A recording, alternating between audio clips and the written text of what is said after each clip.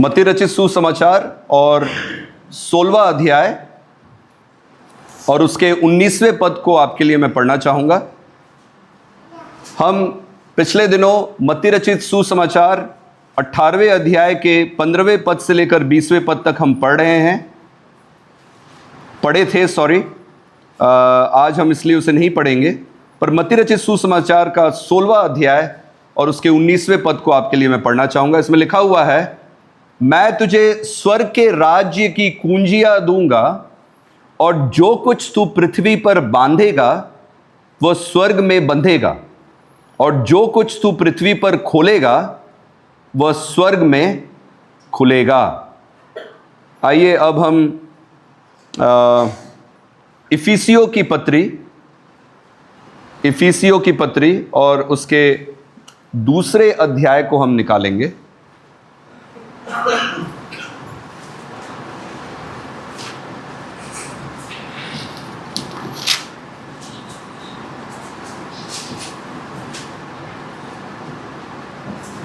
और इसके 11वें पद से मैं आपके लिए पढ़ना चाहूंगा।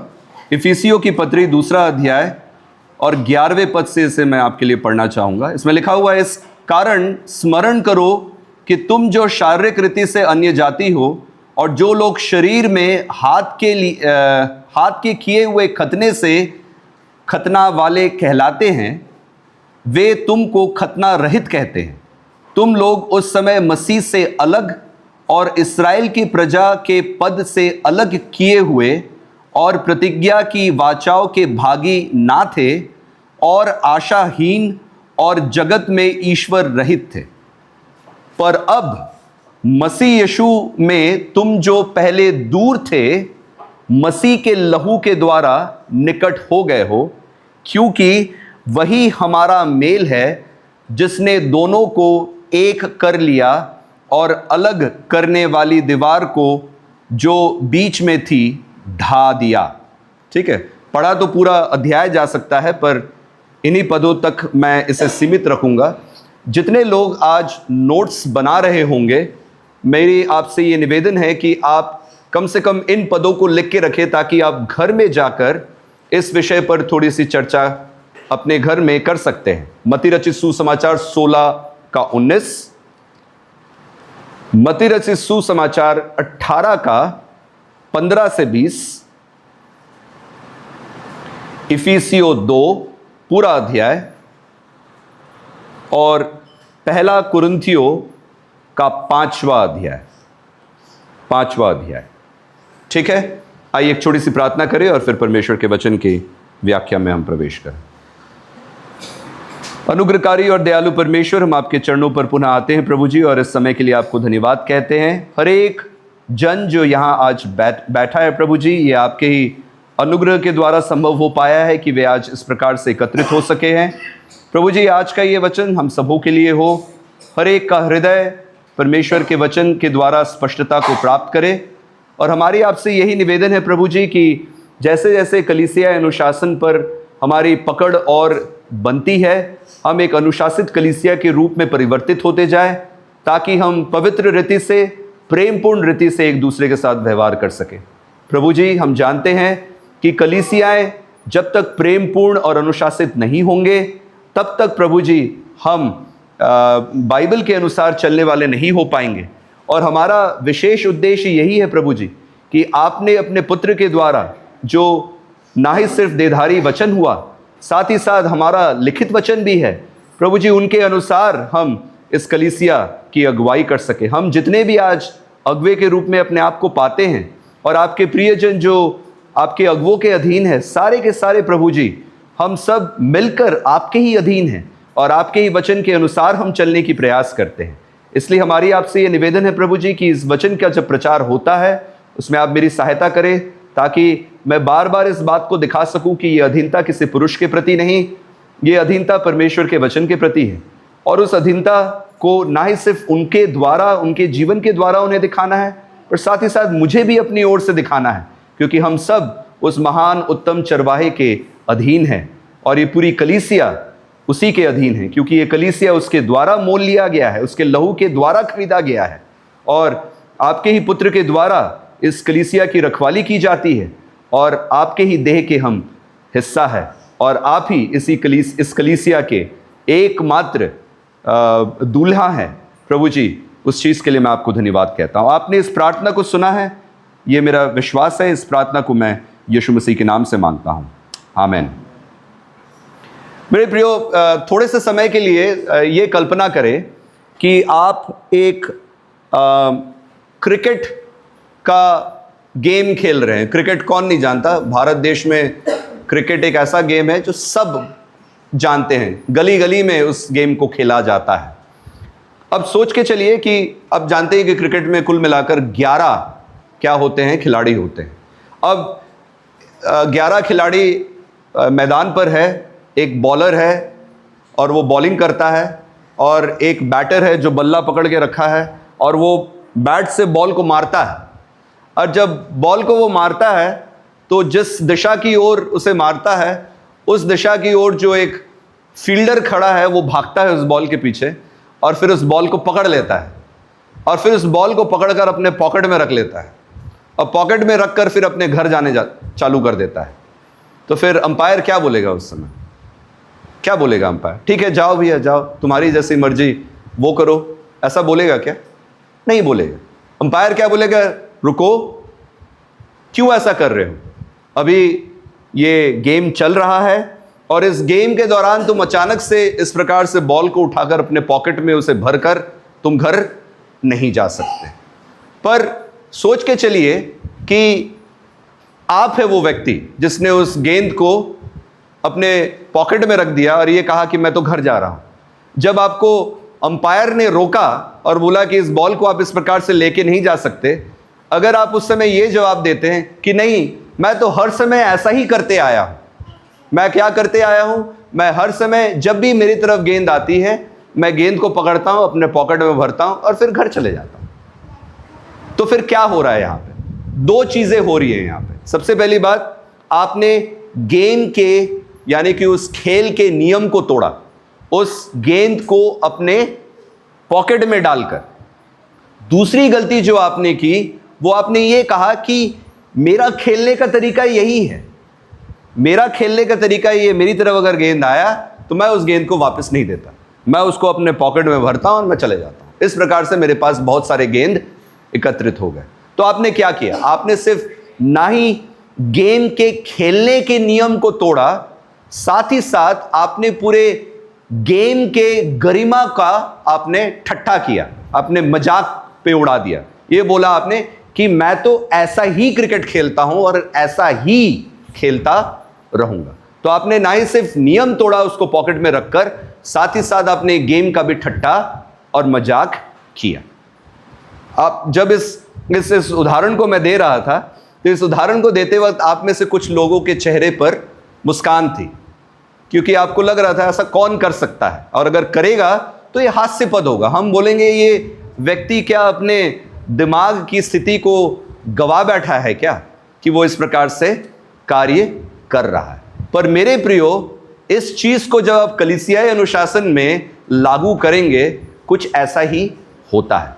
इस गेम के द्वारा मैं आपको सिर्फ समझाने की ये कोशिश कर रहा हूं कि कैसे कलीसियाओं में जहां अनुशासन की व्यवस्था नहीं होती है, जहां पे अनुशासन को तोड़ा जाता है नियमों को तोड़कर, और साथ ही साथ लोग ये भी कहते हैं कि मैं तो ऐसे ही रहता हूं, कलीसिया ऐसे ही चलनी चाहिए। आप क्या कर रहे हैं? ना ही सिर्फ नियम को आप तोड़ रहे हैं, साथ ही साथ कलीसिया के पूरे जो पूरा विचार है जो बाइबल में दिया गया है, आप उसका मजाक उड़ा रहे हैं। क्यों? क्योंकि कलीसिया मेरे और आपके नियम के अनुसार नहीं चलता। मैंने जैसे कि प्रार्थना के दौरान कहा, हे प्रभु, ये अधीनता इन प्रियजनों की अगुवों के प्रति है, पर अगुवे और कलीसिया के सारे सदस्य मिलकर किसके अधीन हैं? परमेश्वर के अधीन हैं। इसका तात्पर्य यह है कि जब आप कलीसिया के पासबान और अगुवों के समझाई हुई बातों को जब आप अपने जीवन पर लागू करते हैं, तब आप इसलिए नहीं इसे कर रहे होते हैं क्योंकि उस व्यक्ति ने उसे कहा है।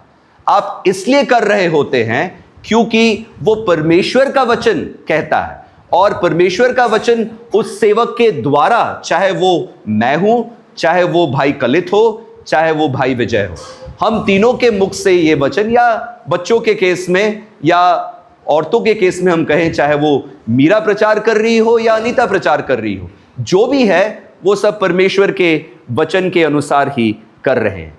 अगर मेरे प्रियो ऐसा कहे कि फिर कलीसिया अनुशासन क्या है, इस विषय पर मैंने कुछ दिनों से मैंने ये इस पर कुछ दिनों पहले मैंने इस पर विचार किया था, क्योंकि गुड फ्राइडे बीच में आ गया था और उसके बाद और भी कुछ ऐसे दिन थे जब हमने दूसरे विषयों पर प्रचार सुना। अभी ये ज़रूरी है कि इन चीज़ों को थोड़ा सा मैं दोहराऊं। हो सकता है कि दोहराने से जिन चीज़ों को आप भूल गए हैं उन चीज़ों को आप पुनः स्मरण कर पाएंगे। मेरे प्रियो, कई बार अनुशासन को लोग ये सोच बैठते हैं, इसको ध्यान से सुनेंगे, कई बार लोग अनुशासन को ये सोच बैठते हैं कि हम किसी प्रकार से किसी पाप को ठीक कर रहे हैं।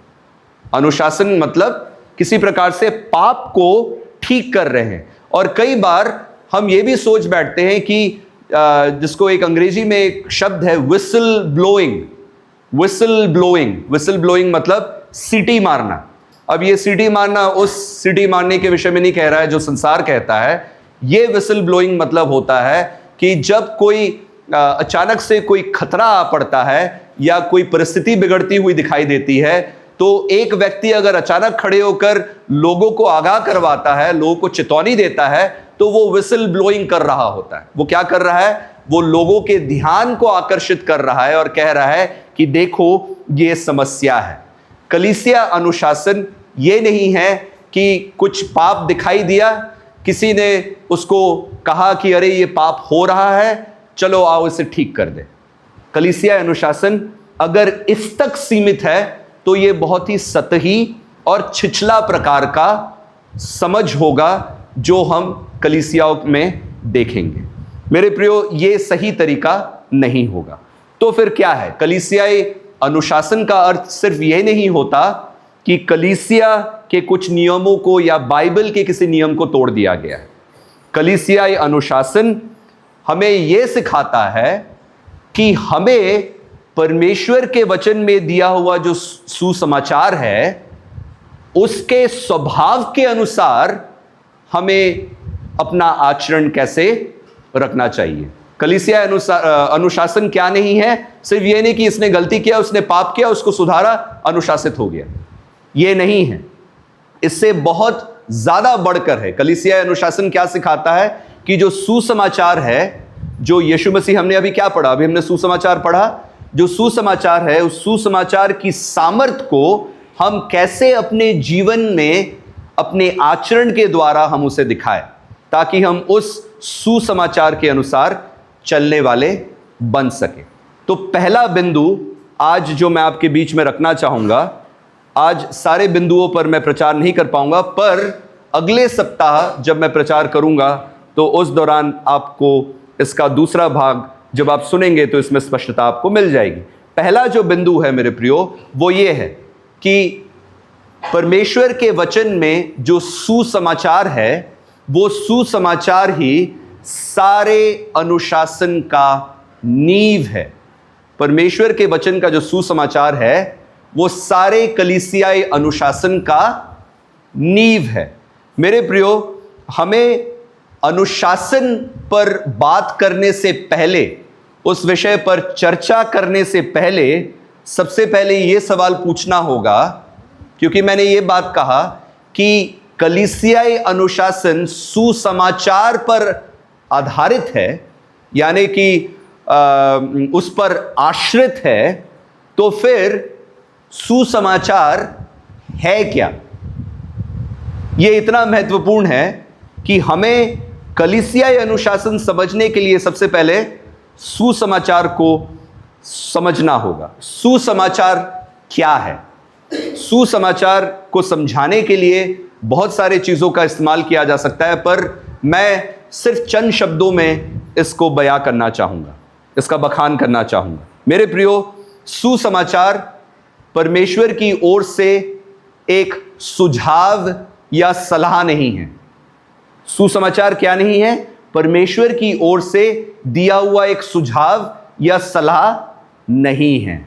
सुसमाचार यह भी नहीं सिखाता कि हम नैतिक रीति से अपने जीवन में कुछ सुधार ले आएंगे तो हमने सुसमाचार को समझ लिया। उदाहरण के तौर पर, अगर हम पहले झूठ बोला करते थे, अब जब से हमने सुसमाचार को सुना, हमने ये समझा कि हमें झूठ नहीं बोलना चाहिए, तो हमने झूठ बोलना छोड़ दिया। हमने ये सुना कि हमें शब्दों का प्रयोग उचित रीति से करना चाहिए, हम अपशब्दों का इस्तेमाल नहीं कर सकते, हम भद्दे मजाक नहीं कर सकते। हम जानते हैं कि जब हमारा जीवन मसीही नहीं था तब हम भद्दे मजाक किया करते थे। लोगों को हंसाने के लिए हम उलूल जुलूल बातें करते थे ताकि लोग हंसे। पर जब से हम मसीही बन गए, हम भद्दे मजाक नहीं करते, क्योंकि भद्दे मजाक से क्या हो सकता है कि हम किसी की गरिमा का मजाक उड़ा सकते। भद्दे मजाक मतलब एक दूसरे की टांग खींचने की बात नहीं कर रहा हूं। हम कभी कभार फ्रेंडली बैंटर बोलते हैं इसको, मतलब एक दूसरे की हम प्रेम पूर्ण रीति से हम टांग खींचते हैं। ये अच्छा है बुरा है इस विषय को मैं अभी नहीं कहूंगा, पर भद्दा मजाक मतलब उस व्यक्ति की मान हानि करते हुए अगर हम मजाक कर रहे हैं, मान हानि करते हुए, तो ये मजाक सुसमाचार के कार्य के विरुद्ध है। तो हम ये, जब से हमने उदाहरण के तौर पर सुसमाचार का प्रचार हमने बीच में हमारे सुना, तो उसके बाद से सोच के चले कि हमने भद्दे मजाक करना छोड़ दिए। तो इसका मतलब ये नहीं है मेरे प्रियो कि हमने अपने जीवन में कुछ कुछ नैतिक चीजों में सुधार ले आए तो वही सुसमाचार है। सुसमाचार क्या नहीं है? सुझाव या सलाह नहीं है। सुसमाचार नैतिक चीजों में बदलाव नहीं है, ना ही सुसमाचार कोई एक ऐसा धार्मिक कार्य है हमारी ओर से जिसको करके हमें कोई आशीष मिलती। याद रखिए मेरे प्रियो, सुसमाचार का प्रचार हमारे लिए कोई धार्मिक कार्य नहीं है। पासबानों के लिए और आपके लिए, जितने भी हम विश्वासी लोग हैं, हम जब सुसमाचार का प्रचार कर रहे होते हैं तो सुसमाचार का प्रचार इसलिए हम नहीं करते हैं क्योंकि ये हमारा कोई कहा जा सकता है धार्मिक परिश्रम है हमारी ओर से। हम सुसमाचार का प्रचार इसलिए कर रहे होते हैं क्योंकि यही प्रतिक्रिया हमारे जीवन के लिए स्वाभाविक है। हम क्यों पाप क्षमा की बात करते हैं? क्योंकि हमने खुद क्षमा पाया है।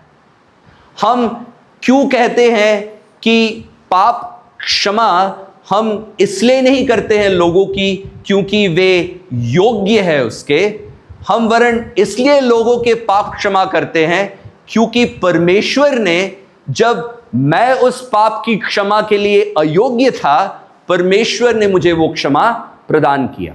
तो मैंने उसे अनुभव के रूप में पाया और मेरी अयोग्यता में जो मैंने क्षमा पाई, उस क्षमा को मैं दूसरों को दे करके मैं परमेश्वर के प्रति अपना स्वाभाविक प्रतिक्रिया, रिस्पॉन्स दिखा रहा हूं। यह कोई धार्मिक कार्य नहीं है, यह एक हमारी जीवन की प्रतिक्रिया है। हम क्यों दूसरों से प्रेम करना सीखना चाहते हैं?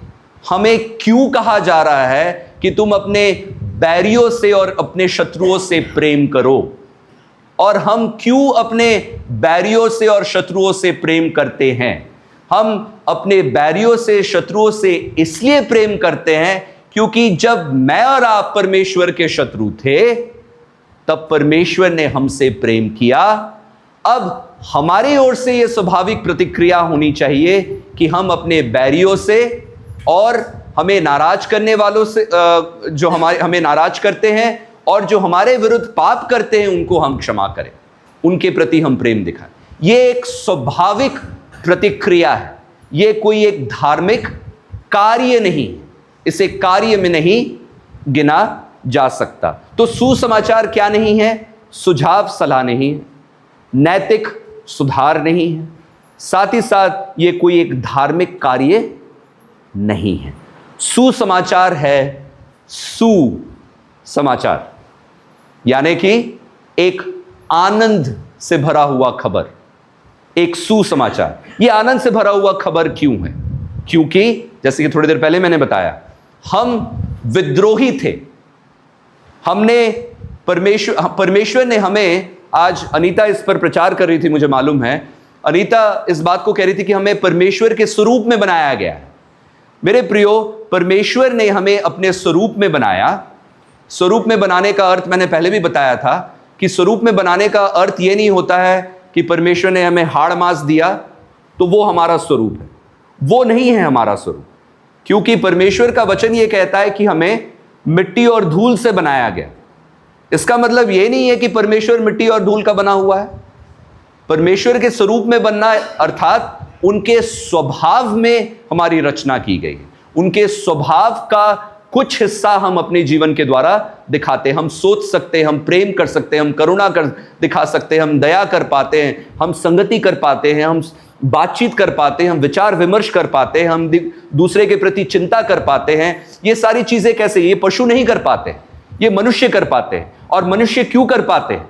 क्योंकि परमेश्वर का स्वभाव उनमें पाया जाता है। साथ ही साथ हम में आत्मा है।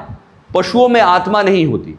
परमेश्वर ने मनुष्य आदम के नाक में, नथुनों में अपने सांस को फूका, जिस कारण से वो जीवित प्राणी बन गया। मनुष्य में आत्मा है, पशुओं में नहीं है। और जिसमें आत्मा है वो एक आत्मिक प्राणी है। और उस प्रकार से भी हम परमेश्वर के स्वरूप में बने। परमेश्वर का वचन यूहन्ना 4 कहता है, 4:23-24, कि परमेश्वर आत्मा है और वही आत्मा हमें भी दिया गया है। एक रीजनेबल सोल हमें दिया गया है। वही आत्मा जब कह रहा हूं, उसका मतलब ये नहीं है कि परमेश्वर ने सबको पवित्र आत्मा दिया है, वो नहीं है, पर परमेश्वर ने सबको आत्मा दिया है। इसलिए हम आत्मा की चिंता करते हैं। तो मेरे प्रियो, परमेश्वर ने हमें अपने स्वरूप में बनाया ताकि उनकी पवित्रता, उनकी धार्मिकता और उनका राज्य शासन जो वो हम पर करते हैं, हम उसे अपने जीवन के द्वारा दिखा सके। कैसे दिखाते हैं? परमेश्वर ने आदम को बनाया, सृजा और कहा कि जा, इस पूरे पृथ्वी पर तेरा शासन है, तू इन पशुओं और इन पक्षियों पर तेरा अधिकार होगा। तो मेरे प्रियो, ये शासन क्या है? ये परमेश्वर के अंतर्गत रहते हुए, उनके अधीन रहते हुए हम उस शासन को दिखा रहे हैं। तो परमेश्वर ने हमें इसलिए बनाया ताकि हम उनके स्वरूप को दिखा सके। पर मनुष्य क्या किया? विद्रोह किया, इसे हम जानते हैं। और विद्रोह करके जिस हृदय में, मेरे प्रियो, परमेश्वर विराजमान होना चाहिए था, परमेश्वर को हमने मानो कि उस सिंहासन से हमने हटा दिया, अपने हृदय के सिंहासन से, और हमने अपने आप को उस पर आसीन करवा दिया। और मैं पिछले दिनों क्लास के दौरान ये बात कह रहा था कि जब हम ये कह रहे होते हैं कि ये परमेश्वर का जो वचन है ना, ये लिखा तो जरूर है, पर आज अगर मैं इसके अनुसार चलना चाहूंगा या चलना चाहूंगी तो मेरे लिए यह संभव नहीं हो पाएगा कि इस संसार में मैं जीवन काट सकूं, क्योंकि मेरे लिए असंभव है कि मैं परमेश्वर के वचन के अनुसार चलते हुए इस पापी संसार में मैं जीवित रह सकूं। इसलिए हमें भी कहीं ना कहीं, किसी ना किसी तरीके से संसार के तौर तरीके सीख लेना चाहिए। जो व्यक्ति इस प्रकार की बातें कह रहा होता है, मैंने इसको क्लास के दौरान बताया था कि ये एक ऐसा व्यक्ति है जिसने अपनी मूर्ति बनाकर अपने को ही हृदय पर विराजमान कर दिया है। अपनी मूर्ति कैसे बना लिया? जो परमेश्वर का वचन है और स्पष्ट और प्रत्यक्ष रीति से कह रहा है कि इसे करना चाहिए, हमने अपनी बुद्धि से ये कहा कि ये आज लागू नहीं कर सकते। यानी कि हमने ये समझा कि हम परमेश्वर से ज्यादा बुद्धिमान हैं। हमने ये समझ बैठा कि ये वचन कुछ लोगों के लिए था, पर आज के परिप्रेक्ष्य और आज के समाज के लिए नहीं है। तो जब हम ये कर रहे हैं, हम क्या कर रहे हैं? हम अपनी बुद्धि का एक मूर्ति बना रहे हैं और हम ये कह रहे हैं कि हम उससे ज्यादा बुद्धिमान हैं। और जब भी हम परमेश्वर के वचन का उल्लंघन कर रहे होते हैं, भले ही हम किसी को ये नहीं कहते कि नहीं मैं किसी और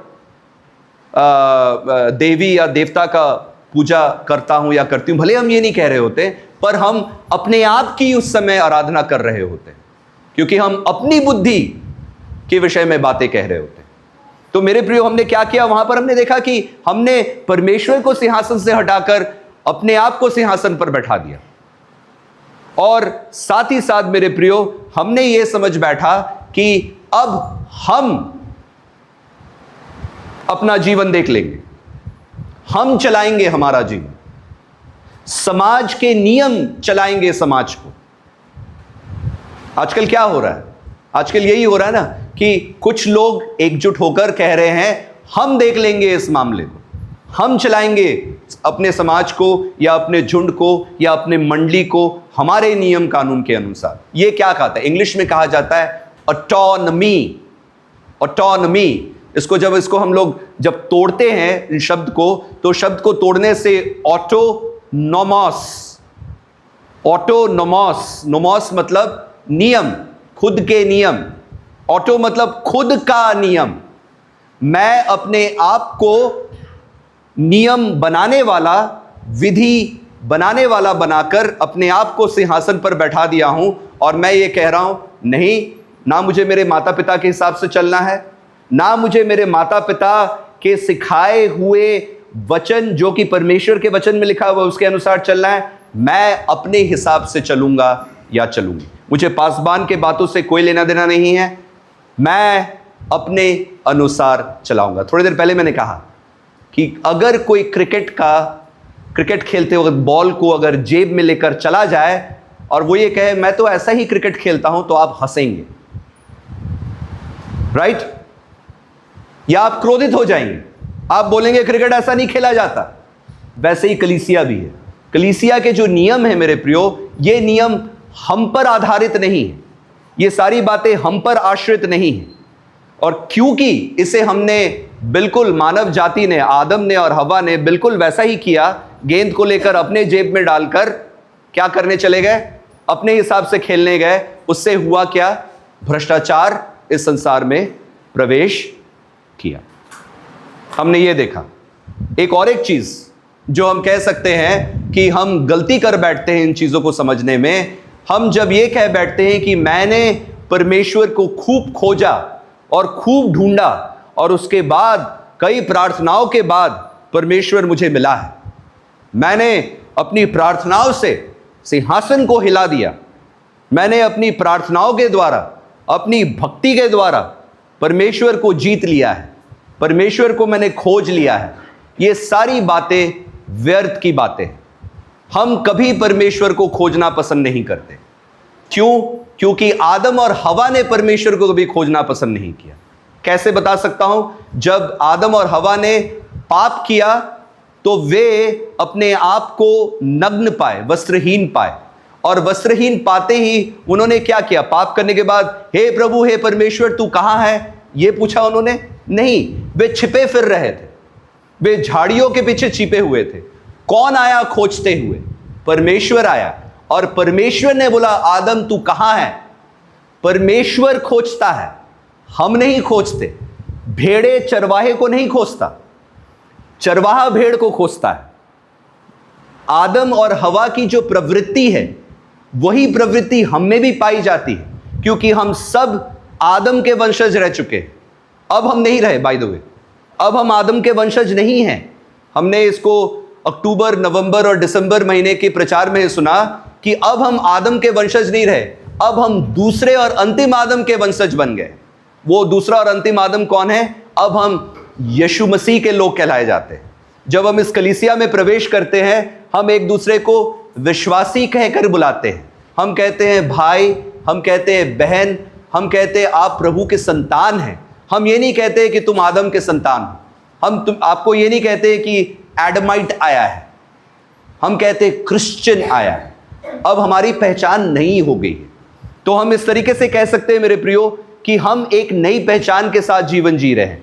पर जब ये नया पहचान नहीं था, तो हमारा जो स्वभाव था वो भ्रष्ट हो चुका था, परमेश्वर से हम दूर हो गए थे, और साथ ही साथ परमेश्वर ने हम पर मृत्यु दंड सुना दिया था। तो हम विद्रोही हो गए थे। सुसमाचार का पहला जो भाग है ये है, सबसे पहले सुसमाचार क्या कहता है? सुसमाचार आके सबसे पहले ये नहीं कहता है कि तुम उद्धार पाओगे। सुसमाचार सबसे पहले आकर क्या कहता है? कि तुम विद्रोही बने, तुम पापी बने। आज इस क्रम को हम भूल जाते हैं और हम कई बार ऐसा प्रचार करते हैं जिससे मानो कि लोगों को यह लगता है कि हम सब यहां पीड़ित लोग बैठे हुए हैं और सारे पीड़ित लोगों को आज ये सुसमाचार चंगाई देने आया है। वरन सुसमाचार का प्रचार कैसे होना चाहिए? ये बताए कि हम सब पीड़ित नहीं, हम सब अपराधी है जो यहां बैठे हुए और पापी मनुष्य है और हमें पापों की क्षमा की आवश्यकता है। सुसमाचार सबसे पहले क्या बोलता है? कि मैं, आप और मैं विद्रोही है। सबसे पहले ये बताता है। तभी तो हम सुसमाचार के मिठास को समझ पाते हैं, क्योंकि सुसमाचार ये बताता है, सुसमाचार में जो ये एक भाग है जहां पे परमेश्वर की व्यवस्था हमारे पाप को उजागर करता है, वो व्यवस्था मेरे प्रियो हमें बताता है कि हम मृत्यु दंड के ही योग्य हैं, हम किसी और चीज के योग्य नहीं हैं। अब सुसमाचार क्या है? सुसमाचार मेरे प्रियो छुटकारे की योजना जो कि यीशु मसीह में पाया जाता है वो है। सुसमाचार क्या है? यीशु मसीह में छुटकारे का योजना। मेरे प्रियो, मैंने थोड़ी देर पहले ही बताया कि हम अब एडमाइट नहीं बुलाए जाते, मतलब हम आदम के वंशज के रूप में अब नहीं देखे जाते। अब तो हम परमेश्वर के संतान हो गए हैं, हम परमेश्वर के बनाए हुए स्वर्ग के हम नागरिक बन गए हैं। अब हम संगी वारिस हैं, जॉइंट एयर्स ऑफ क्राइस्ट, है ना। हम संगी वारिस हैं, हम संगी वारिस परमेश्वर के मिरास के हैं। तो जहां पहला आदम विफल हुआ, वहां दूसरे और अंतिम आदम ने आकर क्या दिखाया? हमें जय दिलाया। तो जहां पहला आदम विफल हुआ, वहां यीशु मसीह ने क्या किया? यीशु मसीह ने वहां आज्ञाकारिता दिखाया। जहां इस्राएल ने पाप किया, वहां परमेश्वर यीशु मसीह में उन्हें विश्वास योग्य बनाया गया। जहां हम पर न्याय होना था और उसी के हम योग्य थे, अब यीशु मसीह ने उस न्याय को अपने ऊपर लेकर एक सिद्ध जीवन जीकर हमारे जगह पर मृत्यु को हासिल करते हुए और हमारे लिए मृत्यु को सहते हुए हमारे जगह को उन्होंने ले लिया। तीसरे दिन जाग उठा और फिर उसके बाद से हम जानते हैं, पिछले रविवार को ही ईस्टर के दौरान मैं इस चीज का प्रचार कर रहा था कि ईस्टर यानी कि वो शब्द हालांकि मुझे पसंद नहीं है, पुनरुत्थान की सामर्थ। और पुनरुत्थान की सामर्थ में हमने क्या देखा? सबसे पहला पुनरुत्थान की सामर्थ क्या है? शांति। जब यीशु मसीह प्रवेश किए, अपने लोगों के बीच आए, चेलों के बीच में जब आए, तो उनके मुख से पहला जो शब्द निकला, तुम्हें शांति मिले, शांति। उसके बाद हमने देखा कि यीशु मसीह ने क्या किया? पुनरुत्थान का एक और एक पावर, एक और एक गिफ्ट, एक और एक सामर्थ, एक और एक वरदान सुसमाचार का क्या है? परमेश्वर ने कहा कि लो पवित्र आत्मा लो। उन्होंने फूका और वहां के मनुष्यों ने पवित्र आत्मा को ग्रहण किया। इसका अर्थ क्या हुआ? पवित्र आत्मा को ग्रहण करने का अर्थ होता है सामर्थ को ग्रहण करना। तो परमेश्वर यीशु मसीह का जो पुनरुत्थान हुआ, उस पुनरुत्थान के द्वारा हम मसीहियों को ना ही सिर्फ एक नई पहचान मिली है, साथ ही साथ मेरे प्रियो हमें एक नई सामर्थ मिली है, और वो है शांति की सामर्थ। इसलिए हम अपने बैरियों से प्रेम कर पाते हैं, अपने शत्रुओं से हम दो मीठी बातें कर पाते हैं, हम दूसरों को क्षमा कर पाते हैं। क्यों? क्योंकि परमेश्वर ने हमें वो शांति दी है, और उस शांति की अभिव्यक्ति हमारे प्रेम के अभिव्यक्ति के द्वारा, प्रदर्शन के द्वारा हम दिखाते हैं। साथ ही साथ परमेश्वर ने हमें पवित्र आत्मा दिया है, इसलिए असंभव चीजों पर हम विश्वास कर पाते हैं। हमारी जो बुद्धि है हमें कभी ये नहीं कहेगी कि तू इस बात पर विश्वास कर कि योना 3 दिन मछली के पेट में था और उसे जीवित उगला गया। हमारी ये सीमित बुद्धि हमें यही कहेगी कि लाजर मृत होने के बाद वो तीसरे दिन या चौथे दिन नहीं जाग सकता था। ये स्वाभाविक बुद्धि कहता है। पर परमेश्वर का पवित्र आत्मा हमें यह सामर्थ्य दिया है कि ना ही सिर्फ हम दूसरों को क्षमा कर सकते हैं, ना ही सिर्फ हम उन पर प्रेम न्यौछावर कर सकते हैं जो प्रेम के काबिल नहीं है, हमारे नजर में योग्य नहीं है, फिर भी हम कर पाते हैं। क्यों? क्योंकि हम इस बात को समझ पाते हैं कि हम पर वो चीज किया गया है, और साथ ही साथ हमें बुद्धि और ज्ञान और समझ और परख दी गई है ताकि हम इन परमेश्वर के गुड़ बातों को समझ सके, गुड़ बातों को, गहरी बातों को। पवित्र आत्मा के विषय में क्या लिखा हुआ है? परमेश्वर का वचन यह कहता है कि परमेश्वर का पवित्र आत्मा ही परमेश्वर पिता की गुड़ बातों को समझ सकता है, उनकी मनसा को वो जानता है। इसलिए हमें पवित्र आत्मा की आवश्यकता है, क्योंकि अगर मुझे मेरे जीवन में परमेश्वर मुझसे क्या चाहता है, अगर मुझे ये जानना है, मुझे होली स्पिरिट यानी कि पवित्र आत्मा की आवश्यकता है, क्योंकि वही हमें बता सकता है कि परमेश्वर की गुड़ बातें क्या है, परमेश्वर की इच्छा मेरे लिए क्या है। जब हमारे जीवन में वो पाए जाएंगे, हम परमेश्वर की इच्छा के अनुसार चलने के लिए हम बुद्धि की प्राप्ति करेंगे। मेरे प्रियो, इसके साथ साथ सुसमाचार क्या है? सुसमाचार मेरे प्रियो एक ऐसी शक्ति है, एक ऐसी सामर्थ है जो हमारे जीवन को पूर्ण रीति से परिवर्तित कर देता है। उसका कुछ उदाहरण मैंने आपको दे दिया, इसलिए इसमें ज़्यादा मैं इस पर नहीं चर्चा करूंगा, पर उस एक विचार जो है जो मैं आपके समक्ष में रखना चाहूंगा, क्योंकि अब हमें नया हृदय मिला है जो दूसरों के अपराधों को क्षमा करना जानता है, क्योंकि हमारे अपराध क्षमा किए गए हैं, क्योंकि हमें एक नया हृदय दिया गया है। हमारा हृदय अभी मांस का हृदय है, पत्थर का हृदय नहीं है। क्योंकि हमें नया हृदय दिया गया है, हम दूसरों की पाप क्षमा कर सकते हैं, पर साथ ही साथ मेरे प्रियो, हम परमेश्वर के साथ हमारा मेल मिलाप हो गया है। परमेश्वर के साथ हमारा मेल मिलाप हो गया। ये सुसमाचार का सामर्थ्य है। ये मेरे और आपकी ईमानदारी और वफादारी का सामर्थ्य नहीं है। ये सुसमाचार का सामर्थ्य है जिसने परमेश्वर के साथ हमारा मेल मिलाप करवाया है।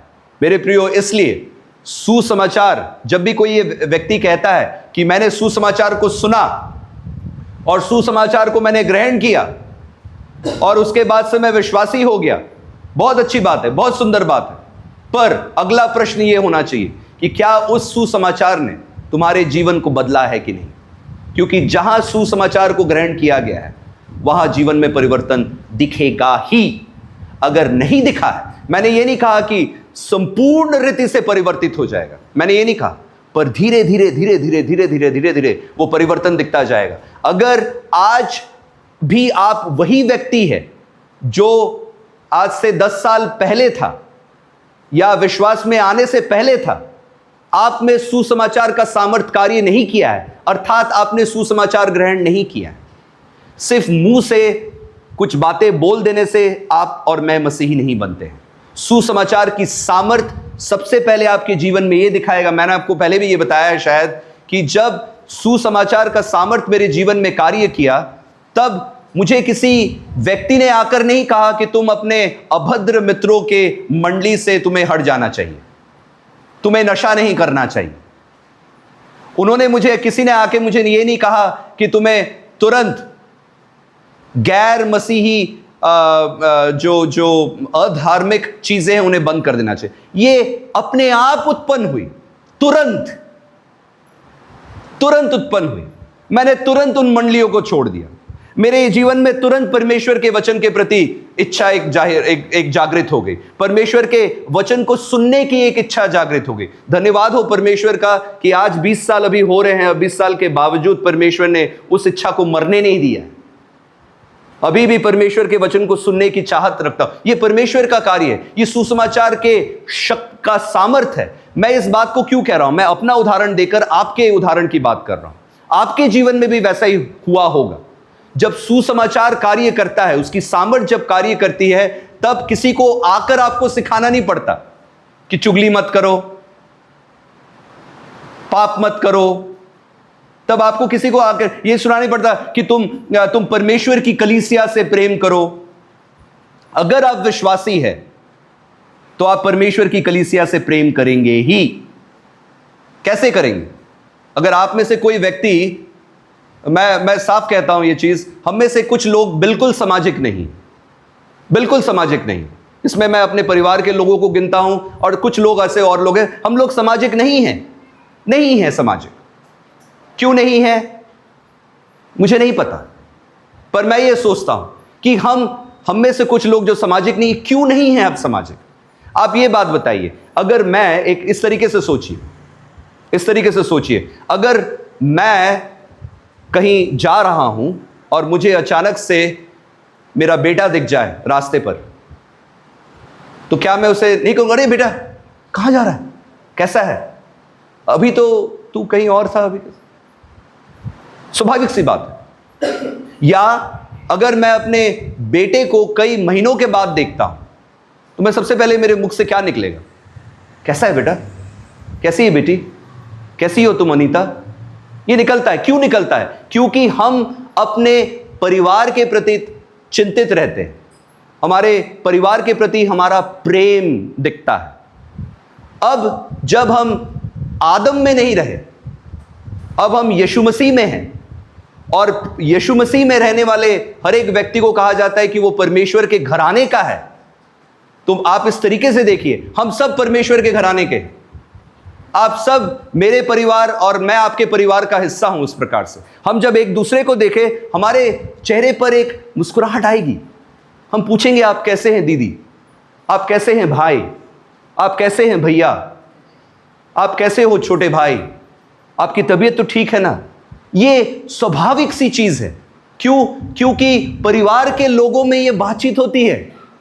पर हम में से कुछ लोग अभी भी दूर, अपने आप को दूर रखे इन सब चीजों से। मेरे प्रियो, जो परमेश्वर से प्रेम करता है वो परमेश्वर के जन से, उनकी निज प्रजा से भी प्रेम करता है। क्यों? क्योंकि उस निज प्रजा में आप भी है, क्योंकि उस घराने के हिस्सेदार आप भी है।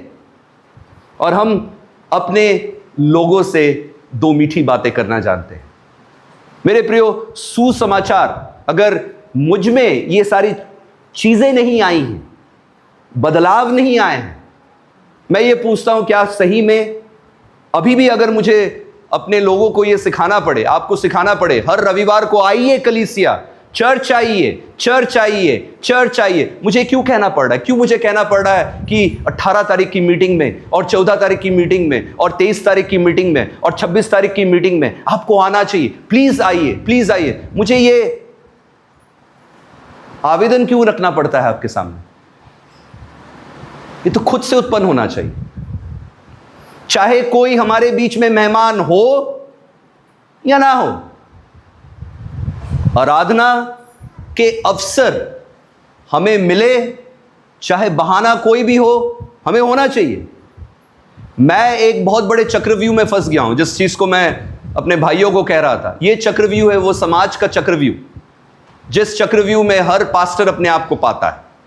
आजकल पास्टर भीड़ इकट्ठा करने के लिए अपने जो सेवक आ रहा है उसके विषय में बड़ी बड़ी दो बातें कहता है आओ आओ, इनसे कुछ नई बातें तुम सीखोगे, ये बड़े दूर से आ रहे हैं, इनका लाज रखो, मेरी लाज रखो। क्या हमें यह कहने की आवश्यकता होनी चाहिए? होनी चाहिए? नहीं होनी चाहिए। क्यों नहीं होनी चाहिए? क्या मुझे आवश्यकता पड़नी चाहिए मेरे जीवन में कि आप रविवार को आइए? अरे चाहे यहां हो चाहे ब्लूबेरी में हो, आइए, रास्ते निकालिए कलीसिया में आने के लिए, ना कि बहाने खोजिए कलीसिया में ना जाने के लिए। कहने की आवश्यकता नहीं है। क्यों नहीं है? क्योंकि परमेश्वर के लोग इन बातों को स्वाभाविक रीति से जानते और समझते हैं। पर अगर आपको अभी भी इस प्रोत्साहन की आवश्यकता पड़ती है, कहीं ना कहीं गंभीर समस्या है, कहीं ना कहीं गंभीर समस्या है जिसे आपको जांचना चाहिए। हमें बहाने चाहिए होते हैं मेरे प्रियो। मुझे नहीं पता आपके विषय में, पर मैं कम से कम कुछ ऐसे लोगों को जानता हूं जो बहाने खोजते हैं आराधना करने के। वे इंतजार करते हैं उन दिनों। आप में से कुछ लोग ऐसे हैं जरूर, मैं जानता हूं ऐसे लोग हैं जो आराधना के अवसर खोजता है। पर कुछ ऐसे भी लोग हैं जो आराधना या उस अवसर को छोटा जानता है। अवसर को बहुमूल्य जानो, वचन में यह लिखा हुआ है। पर हमें ये, मैंने जो कहा, आज का ये समाज का चक्रव्यूह कि जब तक भैया हम फ्लायर्स नहीं छप पाएंगे, जब तक हम बड़े बड़े दो बातें नहीं कहेंगे, जब तक हम कहेंगे नहीं कि ये बहुत अच्छी मीटिंग है, इसमें बहुत से लोग आ रहे हैं, तब तक हमारे लोग नहीं आते। हमारी कलीसिया के साथ भी ये परेशानी है। परमेश्वर का धन्यवाद हो कि अधिकांश आते हैं। उन्हें ज़्यादा, मैं आपको कहूँगा कि हमारे जो लोग यहाँ पे जो बैठे हुए हैं, आप बड़े धन्यवाद के साथ परमेश्वर के समक्ष में ये रख सकता हूँ कि आप कम से कम ऐसे लोग हैं जो हर रविवार बिना बोले आते हैं। मुझे आपको बोलना नहीं पड़ता कि आओ आओ आओ। पर यही अनुशासन अब हमें धीरे धीरे उन मीटिंग्स में भी दिखाना होगा। हाँ, मुझे मालूम है कि आपके घरों में राशन की आवश्यकता है और उस राशन के लिए आपको आपका नौकरी पेशा ज़रूरी है और आप उस चीज़ के लिए अगर व्यस्त है, मैं समझूंगा, प्रभु भी समझेगा। मुझसे ज़्यादा बेहतर वो समझता है, मैं तो नहीं समझूंगा, पर मुझसे बेहतर वो समझता है। पर उन समयों का कहा क्या, जब आप घर में व्यर्थ बैठे हुए थे, कोई ना कोई बहाना करते हुए। मैंने आपको कहा ना मेरे प्रियो, रविवार का समय और ये मीटिंग्स का समय ऐसा समय हो जब हम ये बहाने खोजे कि हम कैसे जाएं, ना कि ये बहाने खोजे कि हम कैसे नहीं जाएं। परमेश्वर के सुसमाचार हमें बहुत परिवर्तित कर दे। मेरे पास और कुल मिलाकर 10 मिनट बचा है। 10 मिनट में मैं इसे बंद करना चाहूँगा। सिर्फ दूसरा पॉइंट आपके समक्ष रखना चाहूँगा, सिर्फ दूसरा पॉइंट, और तीसरा और चौथा पॉइंट मैं अगले प्रचार के दौरान मैं समझाना चाहूँगा। तो हमने ये भी देखा कि सुसमाचार क्या है। सुसमाचार क्या है? सबसे पहले ये बताता है कि हम विद्रोही हैं। सुसमाचार ये बताता है कि हम यीशु मसीह में कैसे छुटकारे की योजना को पाते हैं। हमने ये देखा कि सुसमाचार एक सामर्थ है जो हमारे जीवन में बदलाव लाता है। शुरुआत के 2 चीज़ों तक सीमित नहीं है, तीसरा चीज़ भी अत्यंत महत्वपूर्ण है, क्योंकि वही सामर्थ आपके जीवन में फल लाएगा। वही सामर्थ हमारे जीवन में फल लाएगा। दूसरा प्रश्न, मैंने कहा कि सुसमाचार पर आधारित है कलीसियाई अनुशासन। अब यह कलीसियाई अनुशासन किन पर लागू होता है? मसीहियों पर, क्रिश्चियंस पर। अब ये क्रिश्चियन कौन है? ये मसीही कौन है? मेरे प्रियो, ये व्यक्ति जो अपने आप को मसीही कहता है, जो अपने आप को क्रिश्चियन कहता है, मेरे प्रियो, ये व्यक्ति सिर्फ यीशु मसीह का नाम ही लेना नहीं जानता, उसके मुख से सिर्फ यीशु मसीह का नाम ही नहीं निकलता, पर ये एक ऐसा व्यक्ति है जो अपने आप को एक नए पद में पाता है। ये क्रिश्चियन कौन है? ये मसीही कौन है? एक ऐसा व्यक्ति जो अपने आप को एक नए पद में पाता है। अगर मैं कहूं आप क्रिश्चियन क्यों है, तो आप क्या जवाब देंगे? मैं अगर आपसे पूछूं कि why do you think you are a Christian, आप क्रिश्चियन हैं, ये दावा आप करते हैं, आप क्यों कहते हैं, तो इसका सीधा और सरल जवाब क्या होगा?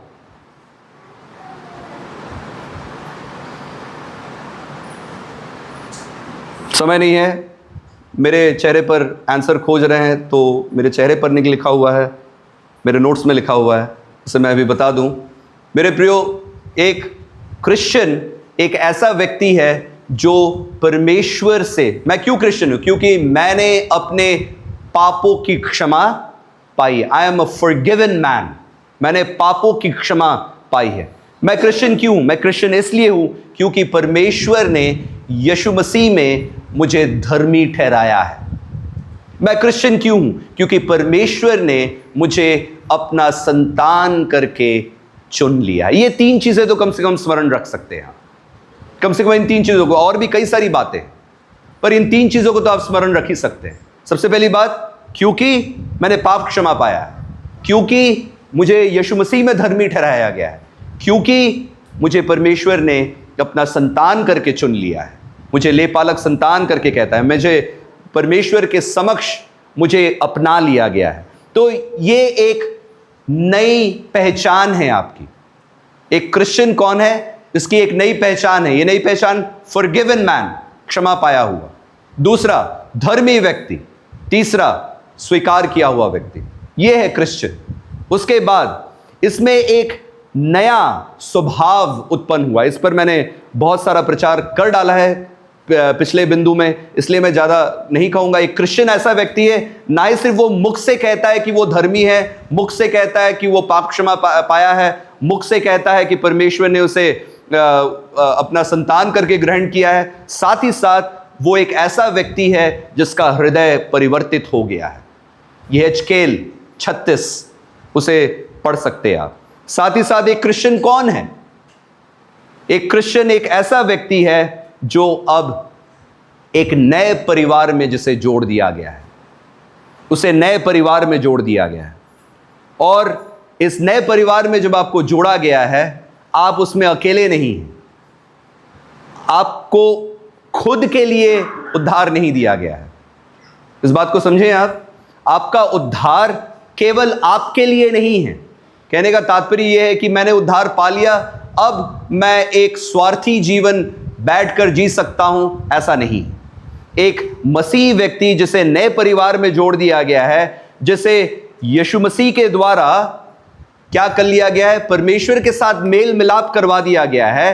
अब वो मेल मिलाप परमेश्वर के लोगों के साथ भी करा दिया गया है। समझ रहे हैं आप बात को? जो ये कहता है कि मैं मसीही हूं, परमेश्वर से प्रेम करता हूं, पर परमेश्वर के लोगों से प्रेम नहीं रखता, वो अपने आप में अपवाद है। क्यों वो अपवाद है? क्योंकि परमेश्वर ने यीशु मसीह में आपका मेल मिलाप करवाया है, ताकि अब आप परमेश्वर के समक्ष जब खड़े होते हैं तो शत्रु के रूप में नहीं, वैसे ही वो रिकंसिलिएशन अर्थात वो मेल मिलाप मेरे प्रियो परमेश्वर ने परमेश्वर के लोगों के साथ भी करवाया है।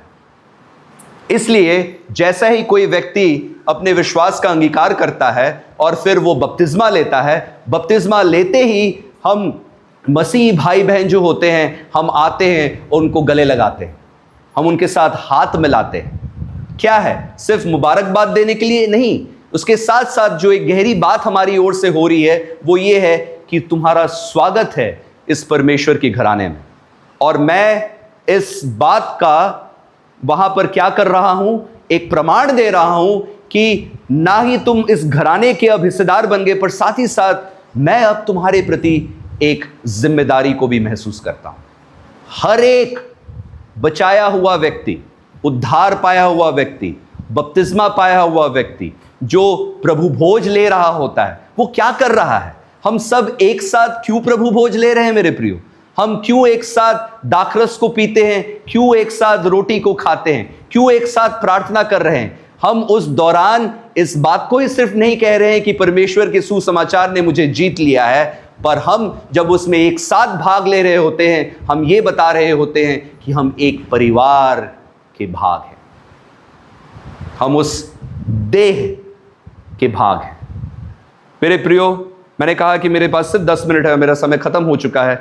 ये आखिरी चीज और इसे बोलकर मैं बंद करना चाहूंगा। मैंने कहा कि एक मसीह कौन है? उसको एक नया पद मिला है, वो पाप, उसकी पाप क्षमा हो गई है, वो धर्मी ठहराया गया है, उसे परमेश्वर के समक्ष स्वीकार कर लिया गया है। एक मसीह व्यक्ति कौन है? उसे एक नया स्वभाव दिया गया है। एक मसीह व्यक्ति कौन है? उसे एक नए परिवार के साथ जोड़ दिया गया है, उसे साड़ दिया गया है। अब वो परमेश्वर की उस वाचा का हिस्सा हो गया है। अब वो एकांत का जीवन नहीं काटेगा, वरन एक संगति का जीवन काटेगा। इसलिए परमेश्वर के वचन में लिखा हुआ है कि जो संगति करते हो तुम उसे बंद नहीं करना, उस संगति को भला मानो। कई बार हम क्या करते हैं? एक बार दो बार संगति करते और गायब हो जाते।